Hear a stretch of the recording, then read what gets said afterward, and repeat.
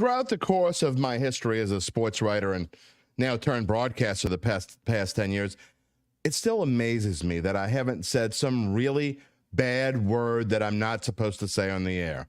You know, one of those F words like fuaga, fautanu, fashanu. They're really trying to mess with me. We're going to say all those words and nothing else. I promise. All coming up with a whole bunch of other stuff on the Dattitude podcast. Next. If you're looking for the latest scoop and in-depth interviews on the Saints, the NFL, the Pelicans, LSU, along with the best bets of the week, then lucky you. Along with high-powered, in-the-know guests who cover our teams, Jim Derry brings plenty of Dattitude. And he'll always tell you the way it is, or at least the way he thinks it is.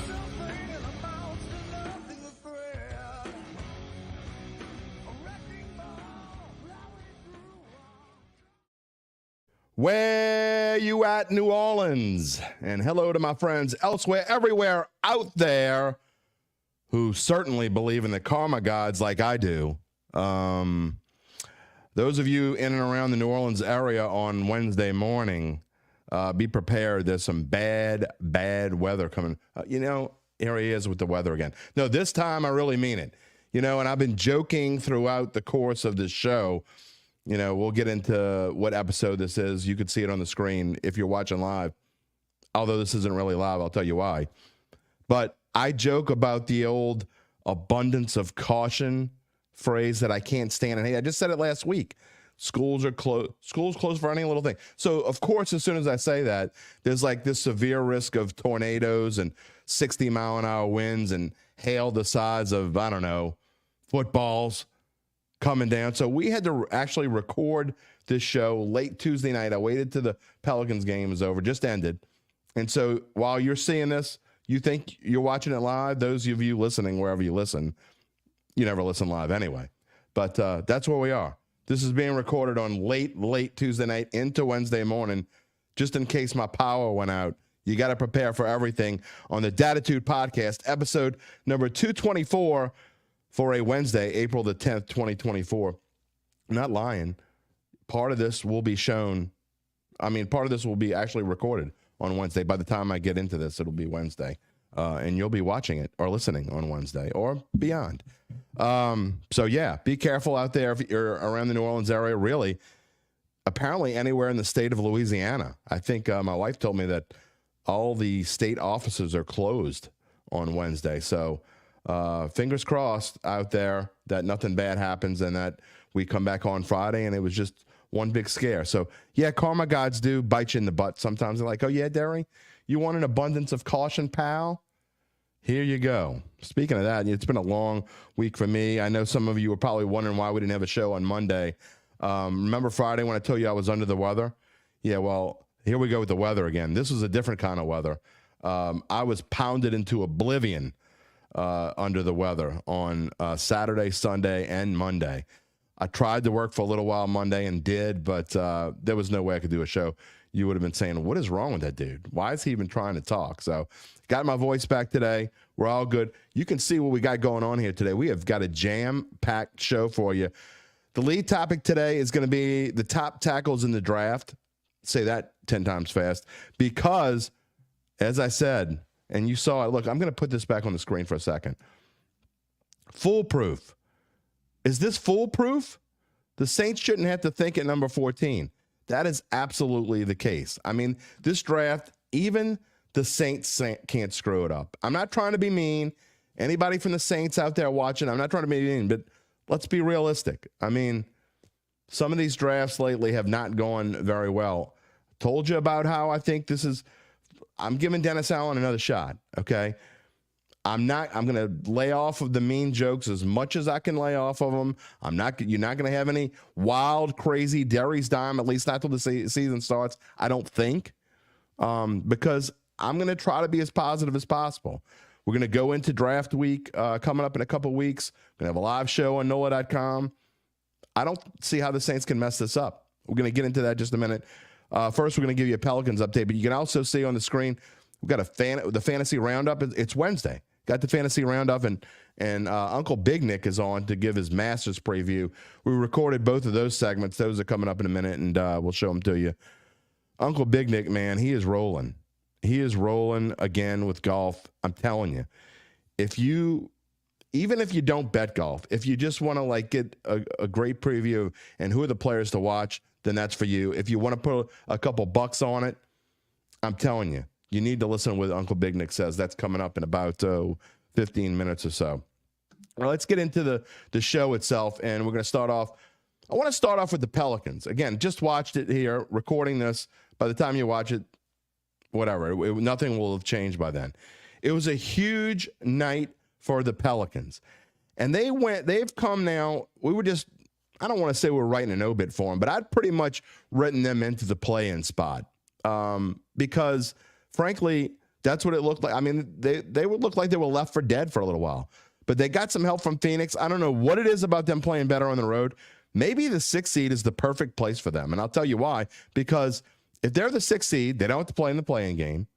And they start off at the 3. So, look, you don't want to play Oklahoma City, but you don't really want to play any of the top 3 teams. Do you want to go to Minnesota? Do you want to go to Denver? Hell no. So, really, of the 3 teams that are up there, I think Oklahoma City is probably the Pelicans' best bet to move on. So 3 versus 6, we'll see how it goes. Obviously, if you get 7, you got to play in a play-in game. And Phoenix lost last night to the Clippers, although they made it scary. They trailed by 33 at one point in the second quarter, came back, made a game out of it, got to within 8, I believe, 7 or 8 in the fourth quarter before finally the Clippers pulled away a little bit. You see the records there on the screen. I've changed it from games back. This way you can kind of see how many games, and it starts mattering when you're looking at this, where are the games in the loss column? How many games do they have left? Who can they catch? Well, the answer quickly for the Pelicans is the best they can finish is 5th, and that's very unlikely. You would need Dallas to lose out and the Pelicans to win out to finish 5th. So realistically, the Pelicans are probably looking at, if they can go, let's say 2-1. I think 2-1 will probably be good enough to get them the 6th seed. Phoenix still has to play the Clippers again, I think, on Wednesday night. I think tonight, Wednesday night, I think they still have to play again. So Pels still have to play. They play the Kings. They finish up with the Lakers. I know that. And I can't believe I'm having a brain cramp and it escapes me who the other game is. They play on Thursday night, Friday night on the road, and then they play the Lakers here in the final game. So I cannot believe I'm brain cramping on this. You know what? It's bugging me so bad that I'm going to go look it up because it's bothering me. Golden State. How did I forget that?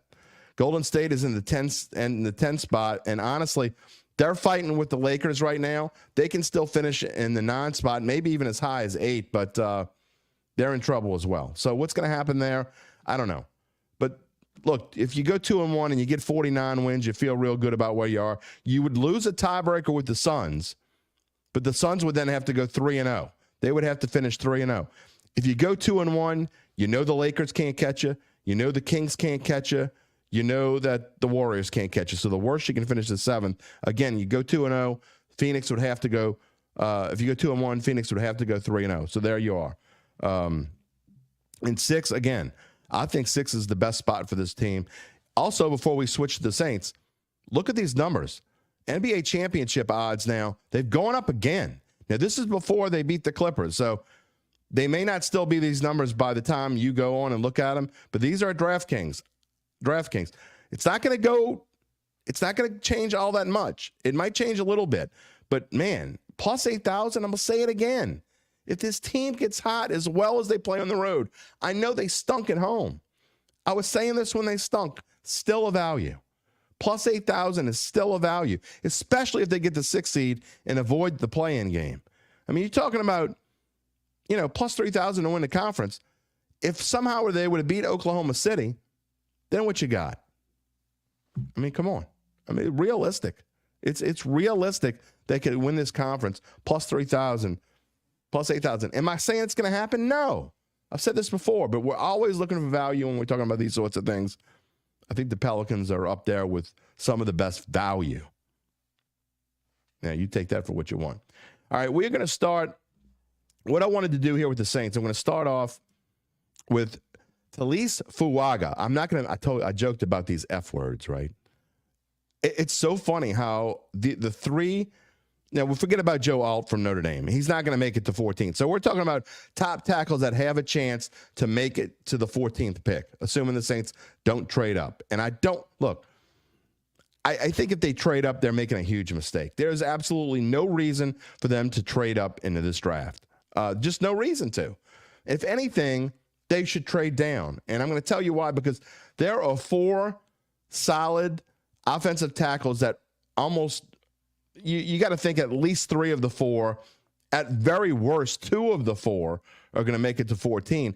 You could be sitting so pretty that if all 4 are there when they get to 14, you need to find a way to move down. Get something for that pick. Saints don't have a 3rd or 4th round pick. So after the 2nd round, they go all the way to the 5th round before they pick again. Excuse me. That is a big deal. I mean, you're talking about getting an extra pick. You might be able to get, depending on where you trade to, you might get an extra 2nd round pick, or if you're only moving a couple of spots, maybe a 3rd round pick. Excuse me. Still a little verklempt from the illness over the weekend. But so let's start with Talise Fuaga. Now, what you like about Fuaga, and I'm going to go to my board here, so I'm going to call some things up. I want to get everything together. All right, Fuaga, he has played, let's see, he's a junior, first of all, and if you look at his numbers here, he is one of the, born on April 5th, 2002, so he just had his 22nd birthday, okay? So he's one of those mean guys, if you look. He's one of the guys that you kind of want. He kind of fits in. I don't know if he's going to make it to the Saints. His mock draft numbers, and you look here, and his mock says 14. There are 2 guys that are 14. A lot of the mock drafts I see have him going. So I think there's a good chance that after all, he's the next one to go. And if he is, I don't think he's still going to be there. Whether he is or not, we'll see. There are obviously all kinds of different mock drafts and different draft positions that he might go. It's kind of been moving up. PFF says that he is most drafted, that he could go as high as the Jets at 21%, Raiders at 16%. Excuse me, whether he'll go that high, I think that's kind of high. But I do think that he's probably going to be gone before the Saints. But if he makes it to 14, great. The only problem I have with Fuaga is that he's a right tackle. So, of course, the Saints probably need a right tackle too, because, look, let's be realistic. Ramchek's not going to play. I mean, we'd be shocked. I'd be shocked at this point. Everything I'm hearing and going through everything, I'm not saying Ramchek won't be ready at some point in the season to play, but at what point do you say, we're not going to take that chance? They cut his salary down to the bare minimum for the season. Ramchek's not going to play. So it's not that you don't need a right tackle, but I think the number one need on this team is a left tackle. Can Fuaga play left tackle? Sure. You can move him there. But do you want to take a guy that's been playing right tackle and move him over? There are a couple guys we're going to talk about that are in that same boat. So I love the guy. I think he probably fits in great, but I just don't know. Another guy, is he going to make it? Let's talk about Troy Fautanu. Now, his average mock position is 16th. Another guy I think would be fine for this team. He's a little bit smaller, just a tinge smaller, 6'4", 317 than some of the other guys we're going to talk about. But still, he is a left tackle. He has played, how many games has he played in the past 3 years? He has played in 35 games over the past 3 years. The past 2 seasons, he has taken 1,800 snaps. So this guy is ready. He's a guy that can come in and be ready. A little bit older. He is the oldest of the group that we're talking about today, born in October of 2000. So when opening day hits, he'll be just before 24 years old. A little bit more experience, maybe. Sure. A little bit older. Whatever you want to look at.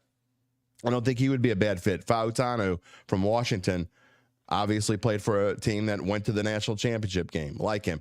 But here's the one that if you listen to most experts, has the best chance of A, falling to the Saints, and being the best fit for the Saints. And I can't disagree with him. The more I listen to stuff about Olu Fashanu, the more I'm falling in love with this guy. 6'6", 312 out of Penn State. His average mock draft, just like Fuaga, his average mock position is 14, right where the Saints pick. But again, we're talking about the Saints could be in a great position. If the Saints get to a spot where multiple guys are falling, what do you do? Can you trade down? How far do you go? Are you too scared to go too far down? Fashanu, another guy who's a left tackle, hasn't played as many snaps as a couple of the other guys. Didn't really become a full-time starter.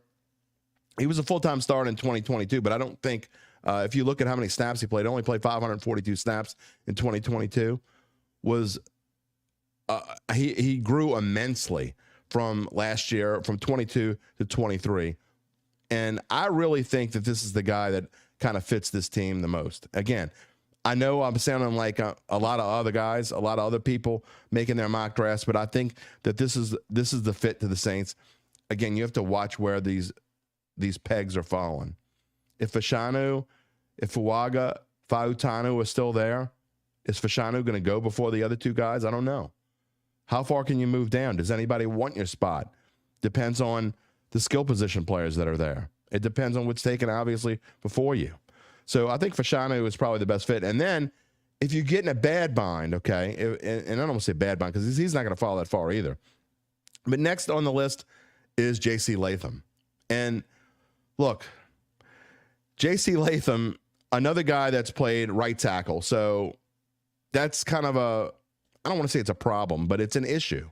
6'6", 342, biggest of the bunch as far as overall size. He's the same height as Fashanu, but he's a little bit bigger, 342. But this dude's he's a monster. Wouldn't be upset at all if J.C. Latham made it to the Saints. You look at when he's a young guy too. He just turned 21 actually a couple months ago. So, but when you talk about a guy that played offensive line in Alabama, you pretty much know what you're getting. I mean, you really do. 874 snaps last year and in 2022. So a full-time starter the last 2 years. You couldn't be upset at all if J.C. Latham makes it. So these are the guys that we're looking at. We're going to talk more about these guys as we get closer to the draft. Obviously, each show now, pretty much, there are maybe one or two shows. I know Monday we're going to spend a lot of time talking about the Pelicans because we're leading into the playoffs. Again, I thought they're going to probably have to play in the play-in game and still may have to. But I've kind of booked Monday as a Pelican show. But other than that, it's going to be leading with Saints, talking about Saints every day until we get to the draft. That's where we are right now. Because the draft is let's see, 2 weeks away? I'm not very good with math. You know that already. You're watching the show. I think 2 weeks away, right? 2 weeks from Thursday is the draft live show here at NOLA.com. So that means we have Friday, then 3 shows, then 2 shows. So we only have 5 shows after this one left before we get to the draft. Plenty to talk about. Short time. We got some great guests. I've already got my guests lined up through the end of next week. And I know at some point, that's not even including Jeff Duncan, who told me he was going to come on for the draft. So we got a lot of good stuff to talk about. I'm going on Garland Gillen's show, by the way. Final Bet on Thursday night. I will be on the Final Bet. We're going to be talking about over-under win totals for the Saints. They're out. We have not brought that up on this show yet, but we certainly will. That's not something you can't really dive into it yet. I know a lot of you, whatever it is, the under. Look, I said it. I said if it was 8.5 or higher, I was running the window to bet the under. Well, it's not. It's 7.5. So it's kind of that's a wait and see kind of number. We'll get to that more. We'll probably talk more about that on this show after the draft. We may touch on it. Doug Mouton is coming on one day next week. I think on next Wednesday. Or, no, this Friday. I take it back. He's coming on this Friday. We may touch on it Friday, but I mean, this is the kind of, I really want to see what this team does in the draft. I say they can't mess it up, but man, prove me wrong, right? All right, let's move on. It's time to get to Uncle Big Nick and the Masters preview. We're going to follow that up with Spencer the Guru and the Fantasy Roundup. When we're all done with that, I'll come back and wrap it up and let you know what's coming up in the next few days here and that. Uncle Big Nick, can we make some picks today? Well, can we please?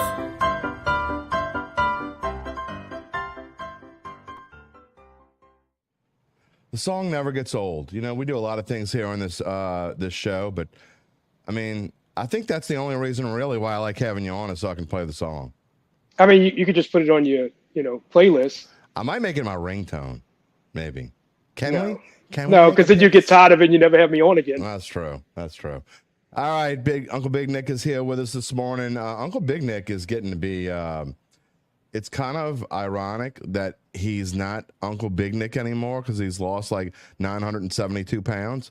So he's really Some would say that's some kind of a record. I mean, we're gonna have to call him Uncle Little Nick soon. And then not only that, he is becoming big in the world. I mean, like he's not gonna want to come on this show anymore because he's gonna be too big for us. I mean, that's how big you're getting these days. Well, it's crazy that you just said I'm getting smaller. Now you say I'm getting too big for you. So, well, your head's getting bigger, but your body's getting smaller. If that not makes according sense. to Dr. Dom. He said I got a weird head because I lost all the fat around it. Now you can really see my head. Oh, man. Well, you could tell everybody how the surgery goes later on. All right, let's get to real what people want to hear about, and that's the Masters. And for the casual golfer, it's obviously for most casual golfers and most, I watch golf every now and then. It's their favorite tournament of the year.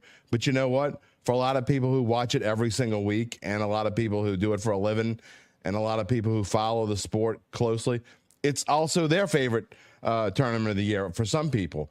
It's up there. It's certainly in my top 3 or 4. I don't think it's my favorite. I think the Players is my favorite, but this is up there. Yeah, but you got sentimental value on the Players. I do have sentimental player. But, I mean, look, you just talk about the Masters, and it's just cool as hell to me. And well, the thing with the Masters is you talk to anybody about it, because I get people come in and out to work at my work every day, and they know how into golf I am. But everybody has a story about the Masters. Yeah.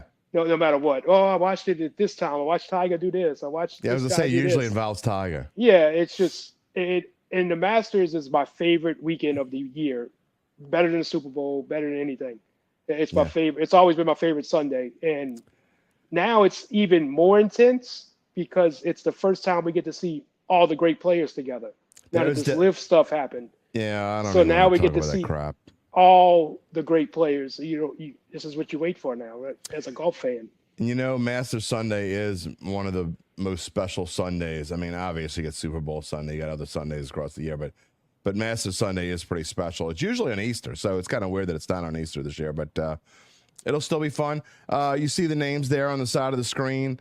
I was able to fit 8 on the screen. I got to count. I do my show math. Yeah, 8. All right, I did it right. And they changed since last week. There's been a lot of changes. And we're going to show the changes in just a minute. But you look at these numbers, and I said this last week with Scott Rabelais. I don't know that I know you could give me the stats, and Tiger was like, I don't know, minus 120 once to win a tournament. I think he was like plus 175 once to win a major. But since I started betting golf like 5 or 6 years ago, I don't ever remember a golfer being, Scotty's like plus 375 at some places. This is DraftKings. He's plus 450, up from plus 400 last week. Have you ever seen odds this low? I have not. And I've been betting golf for 15 years. And I mean, never since Tiger. I mean, since Tiger, this is the lowest anybody's ever been. Rahm in Mexico, like last year or 2 years ago, was plus 300, but it wasn't a field like this. Right, it wasn't a full field. Right. It wasn't a full field. It wasn't a major. It wasn't. It's like every tournament now, when I go to bet or when I go to play DFS, it's to Scotty or not to Scotty. That's the biggest question of every tournament. And he is the face of the sport now.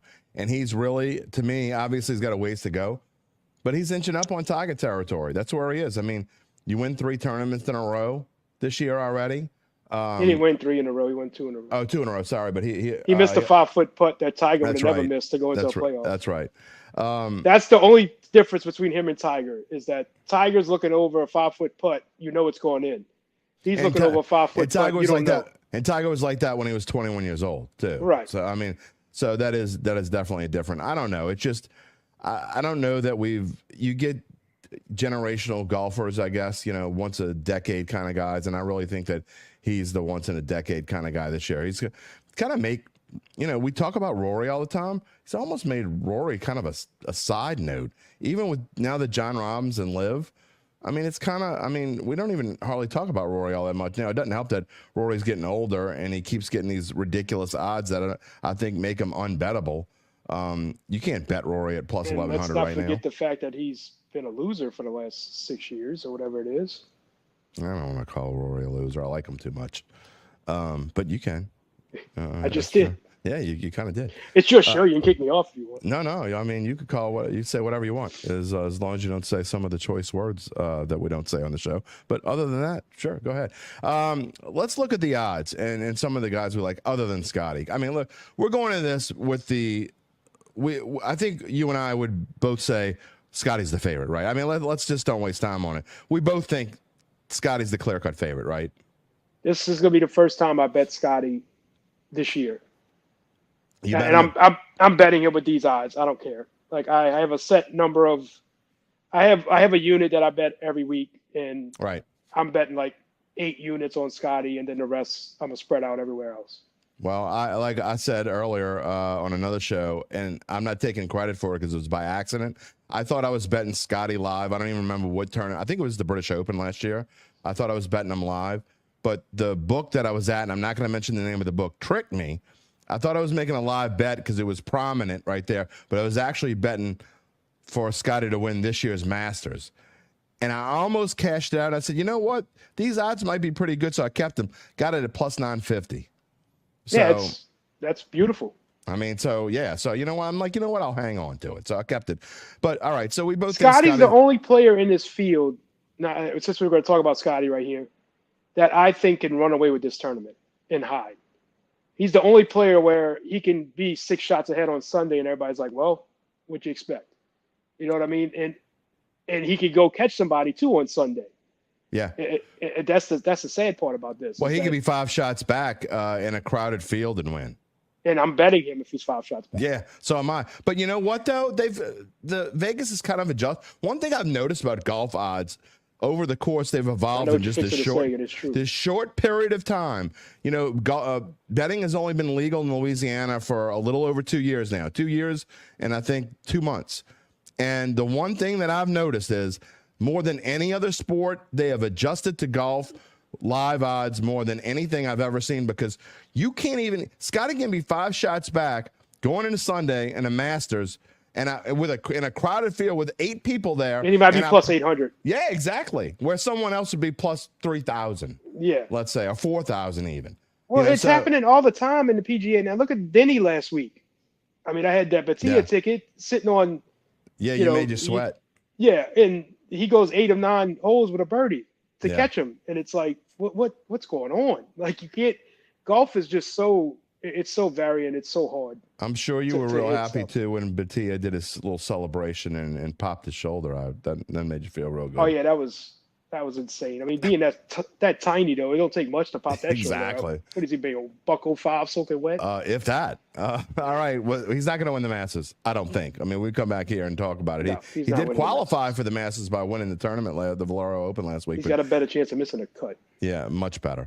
Let's go through, and I want you to pick. I know you got some trends to talk about, but let's talk about the guys on this list first. And there are a couple of guys on this list that I do think could have a really good week. First off, I can tell you I'm not going to play, and he'll probably win because I'm saying this. Xander Schauffele has incredibly shot. Like we talk about things we haven't seen before, and I want to put this. This was last week's graphic. Okay, last Wednesday we had this graphic of odds, and you see Schauffele is at plus 2,000. This was last week. This week plus 1,400. So that means that everybody and their grandma is betting on Schauffele, and even some of the Uncle Drunk Joes. Aunt Mabel might be in on it. She didn't even bet golf, but I think Aunt Mabel's in on Schauffele. I don't understand it because the whole golf. I'm entrenched in the golf community to where I hear golf chatter, and that's all I hear is golf talk. Like people are just going to hear golf talk now in the Masters.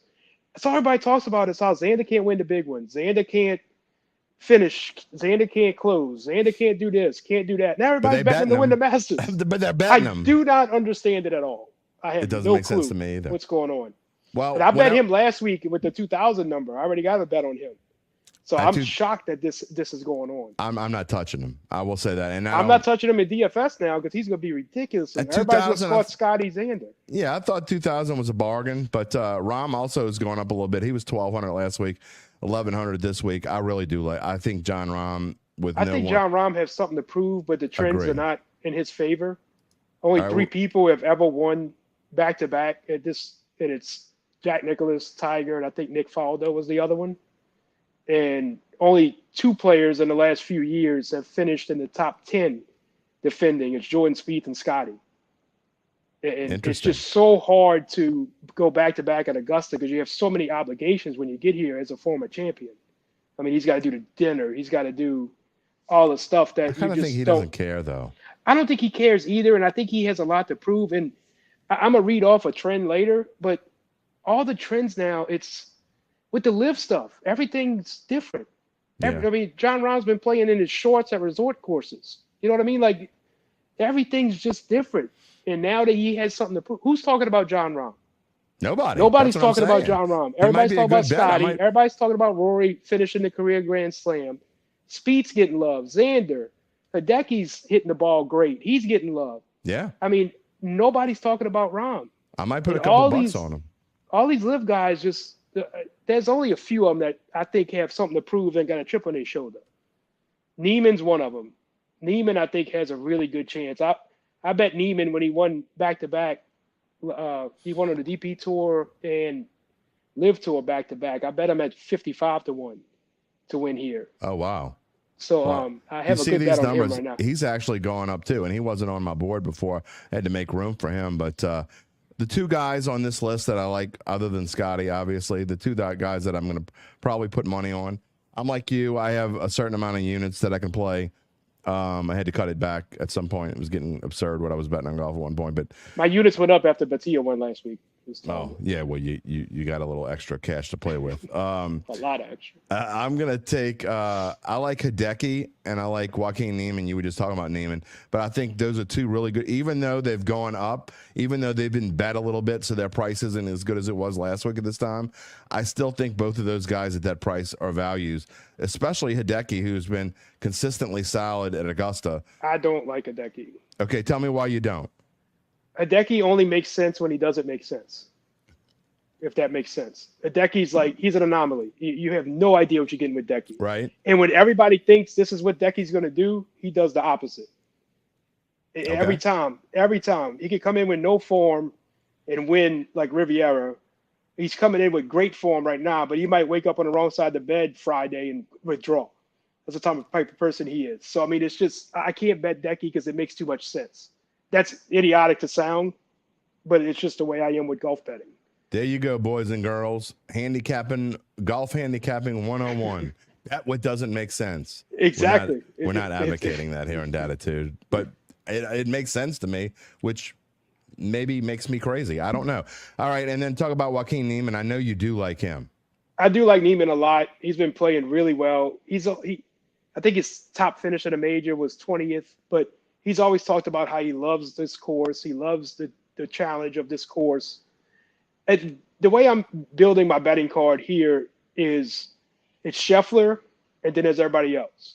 And everybody else is I need somebody who can look Scheffler in the eye on Sunday and say, I'm going to beat you. I think that's that guy. That's Rahm. That's Brooks. I agree. And that's Neiman. I don't know if anybody on the PGA Tour has that.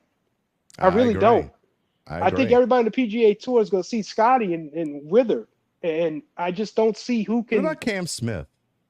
Cam Smith hasn't been playing well at all. His driver's been terrible. I mean, I know you don't keep up with Liv, but he had to withdraw for having food poisoning, which ain't gonna. I don't know if it's food poisoning or hungover, but he makes sense here because of his putter, but he's not driving the ball well at all, and you got to drive the ball at least pretty well here to win. Liquid poisoning. Yeah, it could have been. All right, before we go off, I do want to talk about your trends because I know you got you brought some trends up that you wanted to talk about in the show here. So let me hear them. Well, PGA Splits on Twitter always does a phenomenal job with stats and trends and all that. And I thought this was interesting. 12 of the last 12 winners at the Masters gained at least 18 total strokes tee to green in their last 4 events before the Masters. And that list includes, normal guys, Scotty, Decky, Xander, Rory, Cam Young. But the interesting names on here are Lucas Glover, Aberg, Austin Eckroat, Siwoo Kim, Corey Connors, Shane Lowry, Patia. And then the live guys is Bryson, Sergio, Rom, and Neiman. So, I mean, that's just 12 out of 12. If you go follow trends, that's a good one to follow. You talk about Aberg. We never brought him up, but he's kind of following. He was on this list, I think, let me look at this. Yeah, he's a debutant. He was not on this list, but I know that his odds have dropped a little bit since last week. Him and Wyndham Clark are the two debutants of the first time here that I think could do well, but I just don't know how well. Yeah. I think only Fuzzy Zeller was the last one to win. Yeah, both of those guys. Debut. I think Aberg and Wyndham Clark, I think both of those guys are guys, you laugh because you talk about Koepka, he's either going to win the tournament or miss the cut, and there's like no in between. I actually think that Aberg and Clark are both kind of going in this where I know Clark obviously showed his moxie last year in the U.S. Open and all that, but I just think that both of those guys could be wide-eyed and could either be in the top 5 or miss the cut. I think. Yeah, I honestly think Wyndham Clark is plus 300 to miss the cut. That might be worth throwing a little something on. Okay. Yeah. All right. You got another trend for me before we sign off? Not really. Okay. All right. I have a ton of them, but if you give me 2 upset names that you like that are maybe plus 4,000 or more that are not on this list, obviously. Somebody like not in the top 30, a name. And it doesn't have I'm pretty sure Cam Young is like in the 45 to 5,000 area. Yeah. I think he's 4,000. I think he's 4,000. I like him. He's competed at majors. He can get hot. Justin Thomas, nobody's talking about. Oh, I'm not touching that dude. Okay. He just got rid of his caddy. What do you do in football when you got an interim coach comes in? What do you do? Only thing broken on JT is his putter. He fixes his putter. I think his head's broken. No, dude, he's been hitting the ball so good. It's just his putter's been broke. Well, I like JT. JT sneaky. Thigala's sneaky. Not sneaky, but all right, Thigala I kind of like. I could see Thigala. Well, I'm going to say this about JT is the last thing I'll say. He is kind of on the same list that I had with Schauffele a year or two ago. Like, I would keep betting Schauffele, and he'd keep, like, screwing me on Sunday or whatever, and he still does sometimes. But I got to a point with Schauffele that I refused to bet him until he won, and he finally won, and so I didn't have to do it anymore. I could still bet him now. But I'm kind of like that with JT right now. I just don't something's wrong with the guy. I mean, it's not just I don't feel like he can win. Maybe I'm wrong. I don't know. It only makes sense when it doesn't make sense. Exactly, but and we could talk about it, and you could tell me Sunday and text me and laugh at me, but I didn't bet JT until the pairings came out, because if he was playing with Tiger, I was staying far away from him. He hasn't mentioned Tiger this week. He hasn't talked about Tiger. They haven't asked him about Tiger, and he's not playing with Tiger. So I think I don't know. He's just about sneaky. Nobody's talking about. Speaking of Tiger, you still think Tiger is gonna win a tournament? Or are you gonna have to lose that bet to me? I'm probably gonna lose that bet. His body's just. Just to let people in, we made a bet a couple years ago that he said Tiger would win at least one more tournament. I said no way, so we made a bet. Was it before or after his wreck? It was after the wreck. That's why I'm pretty sure. Yeah. I have to go back and look and see what the date was, but anyway. All right, Uncle Big Nick, how are you going to spend your weekend? I have nothing planned but watching golf. And can we talk about the shirt I'm wearing? Oh, yeah. Oh, I'm glad you reminded me. Please. Please. I've become a brand ambassador for Ship It Nation that does all the golf, MLB content. Like, it's got every sport, 7 different sports. You can put up a graphic in the description, I'm sure. UBN 15, get you 15% off your first month, I think it is. Yeah, what's the website? ShipItNation.com. ShipItNation.com. You get 50. And look, they do course fit rankings for PGA. Course fit rankings last week. Number 1 was Ashke Batia. It's not just rankings. They go through. There's like all sorts of formulas.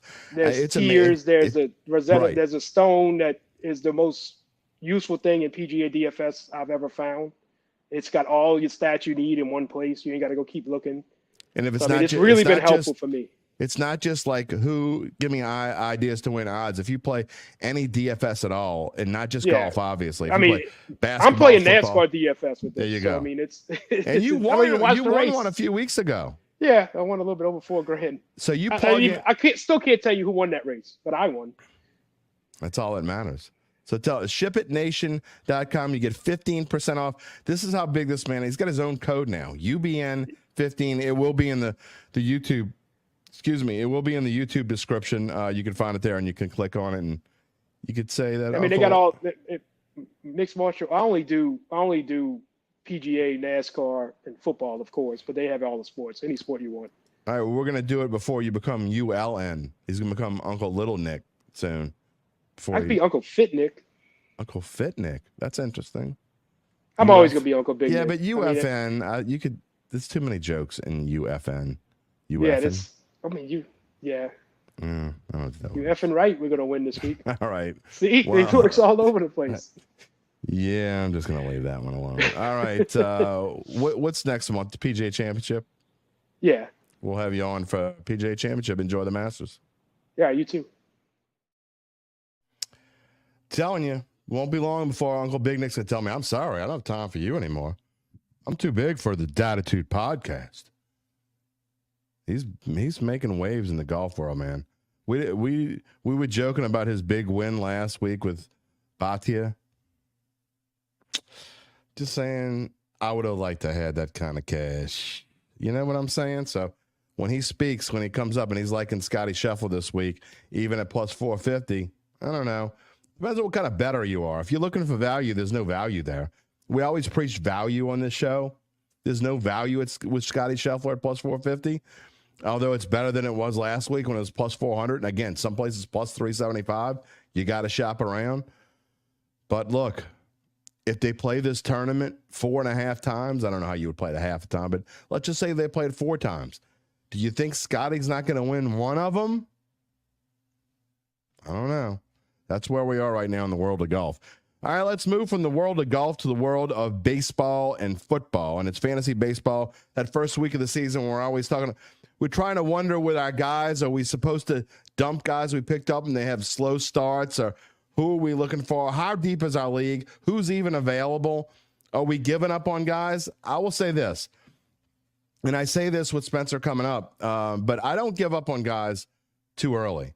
I probably hold on to them a little bit longer than you should sometimes, but because I'm always afraid that if I give them up, someone else is going to reap the benefits. I did that actually last year. Gave up on Christopher Morel way too early, and now he's hitting cleanup for the Cubs. I don't know. It's tough, but I would say this. Be careful of what you do early in the season, in the fantasy baseball season. There's a reason why they play 162 of those games. Okay, it's a long season, and we're only like 10 games in for the most part, so don't be rushing to cut someone when you're going to regret it later. That being said, there are diamonds in the rough still, especially if you're in 10-team leagues and 12-team leagues. And then also we're going to talk about the NFL draft. We're going to do positions for the next few weeks before the draft, the top players at the position. We're starting with in my mind, the best position, the one that's going to be the most fun watching on draft night. No, it's not quarterback. Quarterbacks are easy. We know who's going 1, 2, 3. I'm talking about the wide receivers. The wide receivers are going to be fun. There could be 6 receivers going in this draft, and we're going to talk about those today. Coming up, Fantasy Roundup now with Spencer the Guru. Well, here we are. We can't have a Wednesday podcast without the Fantasy Roundup with Spencer the Guru, and here he is. And before we get started, Spence, got some breaking news as we record this. The listeners know that we're recording this late on a Tuesday night because of the impending weather here in the New Orleans area. But Orioles are calling up Jackson Holliday, the number 1 prospect in baseball. So I know a lot of people who drafted Jackson Holliday just a couple weeks ago probably weren't expecting to have him until maybe May or late May or maybe even June, but they're getting a big gift as he's coming up right now. Yeah, most definitely, Jim. And a lot of people need middle infield help in fantasy baseball, including myself. Middle infield pool just not very good, especially in the power department. So hopefully Jackson Holliday can come out swinging. I think he will. For anyone that dropped him, that you shouldn't have, because he's the top prospect. He's already back. So for those that have him and for those that were able to scoop him off waiver wires, good job. Well, that's what happens when people get impatient. And one thing you cannot do, especially in baseball, football, it's a little bit different. It's easier to be impatient because it's such a shorter season. Every week's so important in football, but in baseball, you just cannot be impatient. If you like a guy in the beginning of the season, don't give up on him in April. I know you want to, but especially younger guys. I mean, if a guy's 33 and he stinks to start the season, fine. But you cannot give up on a guy, to me, in the second, even third week of the season, because you don't know Jackson Holliday could be one of the better shortstops in the league, Yeah, exactly. And there's a lot of guys, that are young and haven't really blossomed yet, like Jackson Cheerio and Jordan Walker, guys that I was high on in the preseason, and I'm holding on to them even though they're struggling here early, because you got to be patient with these young hitters. The young hitters take a little while to develop. Sometimes it takes a few weeks, maybe even a few months. After April or May, if they're still hitting under 200, it's like, well, we might need to look elsewhere. But for the first few weeks, just take it with a grain of salt. No doubt about it. Okay, we're going to do what we've been doing the past couple of weeks. I like this segment. Waiver wire hitters to look at. And what I really like about what you've done this week is, all right, last week you were a little chalky. Okay, you were giving me some guys I'm in deep leagues, and I actually really enjoy playing in deep leagues because I want it to be hard. It's not supposed to be easy. So now, Bryce Terang, I love as we look at the waiver wire hitters first, because I actually have him in one of my leagues. He was drafted in both leagues I'm in, but he's available right now, 28.6% of ESPN leagues. He's come out of the gate just stealing bases like crazy. And the thing for him, Spence, is he's been able to get on base quite a bit, I think more than the Brewers expected him to. And he's become a regular everyday player when the season started, people didn't know if he was going to play every day or not. Right. Yeah, he was okay last year. He was pretty much an everyday player, but just wasn't very consistent as a hitter. So coming into this year, pretty low expectations. They can get drafted in leagues outside of ours that are deep. I also play in deep leagues in which he was drafted, but I think he's not available anymore, but he was available not long ago in those leagues. I feel like most leagues he's still available. He's only rostered in like 10-team leagues. So, yeah. 10-team, 12-team leagues, mixed leagues, he's going to be available for the most part. Yeah. What I like about him is that he showed a little bit of pop last year, and this year he's really making a conscious effort to steal bases. So even if his bat goes in a little bit of a funk, he'll at least give you the speed, that's another thing that's been hard to come by this year. Like Nico Hoerner for the Cubs, for example, I took him. He was a 40 stolen base guy last year. He hadn't stolen any this year. Well, you can't steal if you don't get on. Nico Hoerner's hitting about 140 right now. So even Ronald Acuna, he stole his second bag of the year today. So, he's getting a slow start as well. I think he has one home run, and I think it was on opening day. So Ronald Acuna is getting off to a slow start as well. For those who drafted Ellie De La Cruz early, you're getting paid because that kid's going off. All right, let's talk about a couple of the other guys on this list before we move on to the pitchers. You like Jackson Merrill, the Padres, and Jose Siri of the Rays. Jose Siri, by the way, only 8% owned in leagues. We talk about those two guys. Yeah, for sure. Yeah, I'll start with Merrill. He's a young guy that's showing a little bit of promise early. I thought he'd get off to kind of a slow start. Wasn't really on my radar. But he's someone in one of my deep leagues. I took him late because I figured, well, maybe he could give me something in the second half. But he's already showing some signs of life, and he's in a pretty solid Padres lineup. The Padres have done better than I expected them to. I kind of wrote them off before the season, but so far they've showed a lot of oomph, especially their lineup. They've got guys that can hit, and I think Merrill in that lineup's going to continue to be a pretty solid contributor. And as for Jose Siri, he was a guy that had a good amount of pop last year. And before the season, he said he was hoping to steal a few more bases, and I was just kind of like, everyone says that, but did they actually do it? Well, he's actually done it. He's got 6 steals so far. He's he's available, I think, in one of my deep leagues because Terang's gone because his start was so good to where everyone noticed. But Siri's kind of flying under the radar, only rostered in 8% of leagues. So go get Jose Siri now before he becomes mainstream. Well, you got to take a chance. See, if you wait too long and see, like I'm in a league, like I said, so deep. Once Spencer Strider got hurt, as we move on to the pitchers, when Spencer Strider got hurt, I'm trying to figure out who his replacement's going to be. So I took a chance. I went and picked up Bryce Elder, who's still in the minors. And I don't know if he's going to come up and replace him or not, but looking at the guys and he may not do it right away because his rotation spot doesn't really match up right. So it might not be until the end of next week. But if you're in a deep league, you may want to go get a guy like Bryce Elder because he may come up and take that spot. And I really think that he's the kind of guy, and you don't have him on this list. He's not owned by very many teams, but he's a guy that if he grabs hold of that spot, he could keep it all year. But I'm just using him as an example. You kind of got to look ahead in fantasy baseball if you're in super deep leagues. You got to get guys you got to be ahead of the curve. If you're in a 16-team league, you wait till a guy gets called up. You're not going to get him.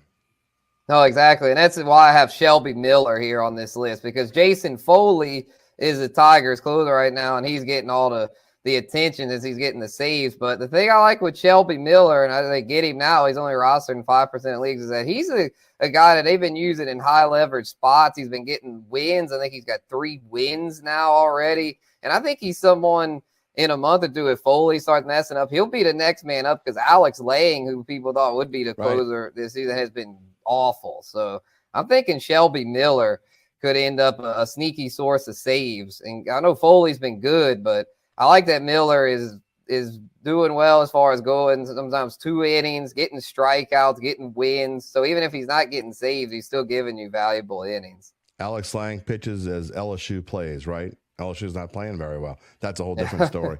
Also, David Bednar of the Pirates blew another save.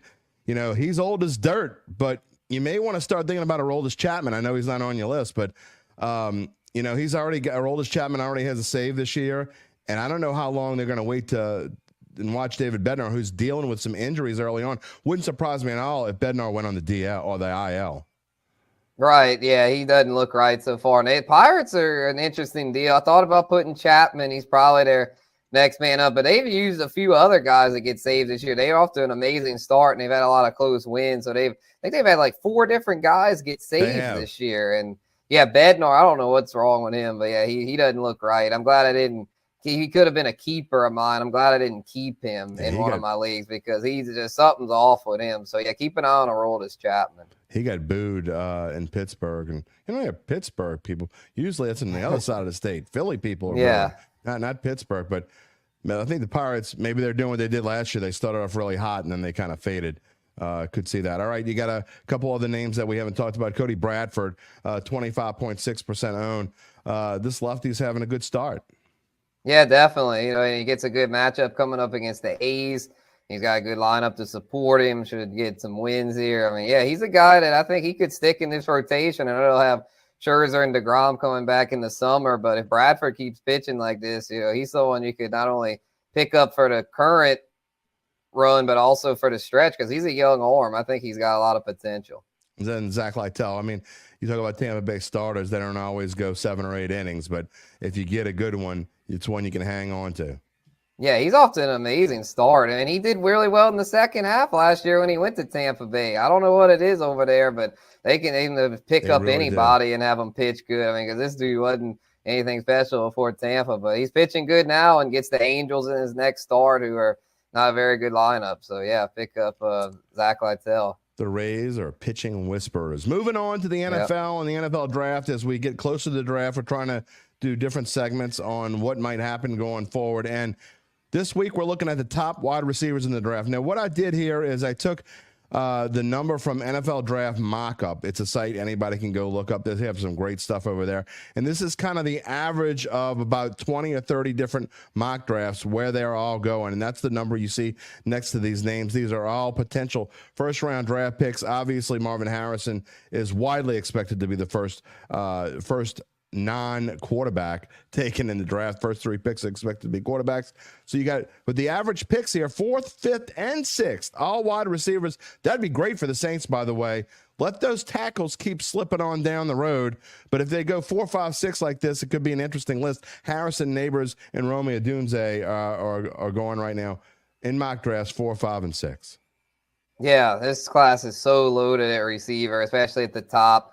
I want to talk about that here today because it's such a special class at the position. Marvin Harrison, just the complete package. I mean, he does it all. Same with Malik Neighbors. I mean, it's splitting hairs. Some rumors have it that Malik Neighbors is going to end up drafted over Marvin Harrison. Because when you factor in their college production, their athleticism, their combine scores, Malik Neighbors really impressed our pro day.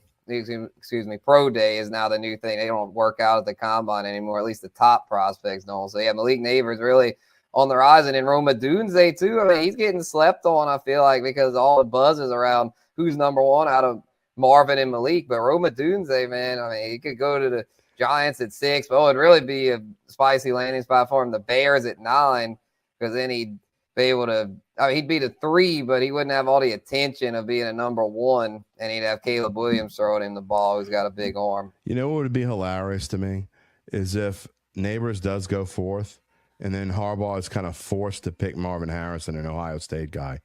Yeah. I would laugh. I mean, that'd be definitely a topic of conversation on the live NOLA.com draft show coming up in a few weeks. Marvin Harrison to Jim Harbaugh. I would love to see that. I mean, it's one of those things. He's seen errors and he's had to try to scheme against him. So a lot of times, one of those things. Well, if this guy was beating me in college, I'm in the pros. Let me get him on my team. I don't think Harbaugh would let Harrison slip past. Oh, him. you can. If somebody picks, I think either one of those guys. If Harrison goes 4, you got to pick Neighbors 5 and vice versa. So we'll see how that goes. Speaking of some other wide receivers, and another LSU wide receiver, not the first time 2 LSU receivers would go early in the NFL draft in the first round. Brian Thomas, again, a guy I covered in high school, knew he was going to be something special. I don't know if I thought he was going to be this special. Brian Thomas right now, his average mock draft position is 17th. Yeah, Brian Thomas is really interesting as far as he's a big guy. You know, he had a strong year last year, but he's a little more unrefined than the top 3 as far as he's not quite as, you know, with the route running and all that. He's not as crisp, you know, reading the scouting reports about him. And I feel like, though, he's got arguably the most upside, though, of the group. So while he might not burst onto the scene right away, I think he's someone that, if you're in a dynasty league, he's someone that's worth one of those top 5 or 6 picks in the dynasty rookie drafts, because assuming he lands in a good spot, I think he's going to really do special things, being that he's got the big frame, 6'5", and he's going to be a touchdown machine. He might not get quite the yardage production of Marvin Harrison and Malik Neighbors, but for fantasy, I mean, we love touchdown scorers. So I think Brian Thomas is going to be nice. Well, there's no doubt about it. And I can't wait to see what's going to happen there, because I think he's going to be an excellent pro player. Then we wrap it up with Adonai Mitchell and Xavier Worthy. Both of those guys projected to go in the first round. Texas wide receivers, go figure. You always you can count on those guys. And you look, see how good Texas was this past season and have been offensively. Steve Sarkisian is an offensive mastermind, and you know, kind of following with Bijan Robinson after 2 years ago coming out. These 2 guys, I think both of them could be, I don't want to say superstars, might be a little bit too much, but I think they both could be great value. I think if you get either one of these guys in the bottom of the first round, these are 2 guys that I think, Spencer, both of them could be guys that some good team is trading up from the second round, moving up and making a pick to get one of these guys. Right. Yeah, I think the Buffalo Bills get one of these Absolutely. guys. See Mitchell there, 28th. That'd be a perfect fit there. Get Josh Allen a new strong weapon. So, yeah, I think Mitchell's the more complete receiver of the 2. Worthy is the blazing fastball, and had the record 40 time and all that. But he's just not as polished of a receiver as Mitchell. So if I'm the Bills and I'm really needing a target absorber, Mitchell would be the guy. Or if you're a team like the Chiefs, that's more kind of like you got, Rashee Rice we don't know what's going to happen with him. What a mess. But even with that, though, I mean, you got Kelsey, who's proven. You now got Hollywood Brown. They'd be a team, and they're 32nd. You know, that Worthy would make sense there. We all know Patrick Mahomes loves throwing to those deep speed burners. Kelsey's getting a little long in the tooth. We'll see how long he's got left in him. His brother retired this past a month ago. Yeah, I don't know. Yeah. I don't think Travis is going to retire this year, but I wouldn't be surprised if he's only got a year or 2 left and his production starts to go down a little bit. But we'll see. Maybe we'll talk tight end soon. Who knows? Yeah, for sure. Yeah, looking at the tight end class too, and you got 2 big names up there. The biggest one being Brock Bowers. Everybody else, in my opinion. Yeah, Sanders from Texas looks pretty good. But then after him, this year's tight end class doesn't look as special as last year's. Last year was a really special tight end class with Michael Mayer, Sam Laporta, and Dalton Kincaid. That was crazy.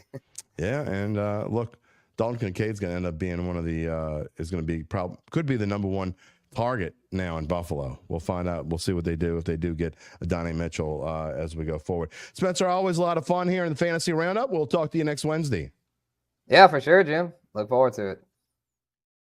Wouldn't it be hilarious? I mean, seriously, just think about it. Marvin Harrison. I know I said it already, but I don't care. Marvin Harrison to the Chargers, be forced to take the first pick Jim Harbaugh makes back in the NFL is an Ohio State guy. It's probably not going to happen because Harrison's probably going to go forward, but still. Let's move on to the best part of the show, the extra point. Now, what are you talking about, Derry? It's baseball. Yeah, but this isn't just baseball. Look, me being sick on Monday, I had a extra point planned out. There are certain extra points that I got to go digging for and find. I don't have to dig for this one. I don't have to dig for next Monday's either, by the way. I'll give you a little heads up. Next Monday, David Grubb's going to come on and talk about the Pelicans and some Saints, but Ross going to talk about Jackie Robinson Day. Well, to me, almost as important as Jackie Robinson to the game of baseball was Hammerin Hank Aaron. I mean, look, the dude broke Babe Ruth's record, and he did it in style, and he did it at a time when baseball needed another hero. I mean, frankly, that's just what it was. 50 years and 2 days ago, would have been 50 years ago Monday, but again, I couldn't talk, so here we are on Wednesday. 50 years and 2 days ago, Hank Aaron hit his 715th home run. He did 40 more after that, but by far, of course, this is the most iconic of them all. And here's the call back 50 years and 2 days ago from Milo Hamilton. I'm not a huge Milo Hamilton fan because he called Astros games for a long time. That's a whole nother story. But you can't beat this call, and you can't really. Tough to beat this moment. Sitting on 7-14. Here's the pitch by Downing. Swinging. There's a drive into left center field. That ball is going to be out of here. It's gone. It's 7-15. There's a new home run champion of all time, and it's Henry Aaron. The fireworks are going. Henry Aaron is coming around third. His teammates are at home plate, and listen to this crowd. A sellout crowd is cheering Henry Aaron, the home run king of all time. 7-15. I'm still getting chills. I've seen that clip probably 100 times in my life. I've heard the call from, Kurt Gowdy made the call as well. Vince Scully made the call. Vince Scully, the greatest baseball play-by-play announcer that ever lived. But Milo Hamilton nailed it. And, I still get chills when I hear it. And you think about, again, what Hank Aaron, who just passed away a couple years ago, died of a stroke at age, I think he was 86 when he passed away. But all the things, what Hank Aaron meant to the game of baseball and how long he stayed around it until he died. He was there for big games. And he was just, he was a quiet, meek guy who was, again, you want to start talking about people that were the most important figures in baseball history. If you don't have Hank Aaron in your top 10, you're doing something wrong. Let's just put it that way, for sure. And again, we're going to talk about another big one next Monday with Jackie Robinson. That will do it for today's show. It's a little bit longer than I keep talking about we're going to trim this show down. We just got so much good stuff. Wednesday's so hard anyway, especially when we had Uncle Big Nick. We had to have Uncle Big Nick on. We had to talk about the Saints because we hadn't talked about them in a while. Wasn't here Monday. Trying to cram everything into a Wednesday show, and this is what you get. You get a show that's an hour and 6 minutes long. It is what it is. And you stayed to watch every minute of it or listen to every minute of it. That's why we love you. That's why you're a part of the Dattitude family. We're going to have some great shows coming up. Again, I have my guests booked all the way through the end of next week. And then the following week's going to be easy because it's going to be draft week. We may do an extra show. We may even do a Tuesday show that week. We'll see how that goes. I also got some news. Can't give it out just yet. But I believe that we have a title sponsor for this show. You know who you are. You're listening. We love you. We thank you. But Not ready to announce it just yet, but there's going to be a title sponsor for the Dattitude podcast with Jim and Derry. Can you believe that? Somebody wants to sponsor my show. Man, I don't know. I love them. That's all I'm going to say. I'm not going to make any jokes because who knows? They might change their minds. All right, that is going to wrap it up for this Wednesday. I want to thank today's guest, Uncle Big Nick and Spencer the Guru. Had a lot of fun. We hope you can join us next on Friday when we will welcome in Doug Mouton, WWL TV sports director. We're going to talk mostly about the Saints. We will touch on the Pels. Obviously, Pels have a big game on Thursday night against the Kings. Then on Friday night against the Golden State Warriors, back-to-back nights. Got to win. You got to split those two and then beat the Lakers. Or you got to win both of those two, and maybe the Lakers game doesn't mean anything. Why did the Pels play so much better on the road? That's another. We didn't even get into that. I don't know. A reminder to subscribe to the Dattitude YouTube page if you haven't done so already. It just takes a second. Please. Please. Pretty please. Sugar on top, cherry, whatever you want to put on it. Subscribe to the Dattitude YouTube page. Click the little bell to receive notifications when we go on the air live. You can subscribe also to the podcast on Apple, Google, Spotify, or wherever you get your podcast, and find a replay of the show on noah.com/sports. If you're listening to this and you're in bad weather, take care. We want to see everybody back on Friday. Stay out of this nastiness. We'll see you then. Take it easy, my friends. If you're looking for the latest scoop and in-depth interviews on the Saints, the NFL, the Pelicans, LSU, along with the best bets of the week, then lucky you. Along with high-powered, in-the-know guests who cover our teams, Jim Derry brings plenty of Dattitude. And he'll always tell you the way it is, or at least the way he thinks it is.